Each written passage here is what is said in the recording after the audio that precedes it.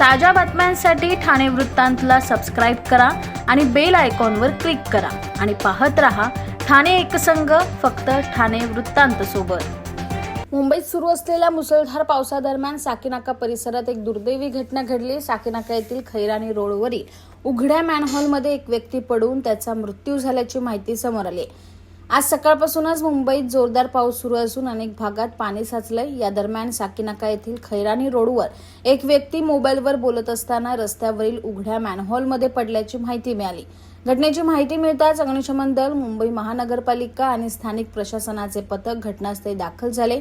बचाव पथकाने तातडीने शोध मोहीम राबवून संबंधित व्यक्तीला काही वेळाने बाहेर काढलं, मात्र रुग्णालयात नेण्यापर्यंत डॉक्टरांनी त्याला घोषित केलं। या घटनेनंतर परिसरात मोठी खळबळ उडाली असून उघड्या मॅनहोलबाबत नागरिकांनी संताप व्यक्त केलाय। मुसळधार पावसामुळे मॅनहोल झाकले गेले किंवा त्यावरील सुरक्षा व्यवस्था अपुरी असल्याने ही दुर्घटना घडल्याची शक्यता व्यक्त केली जाते।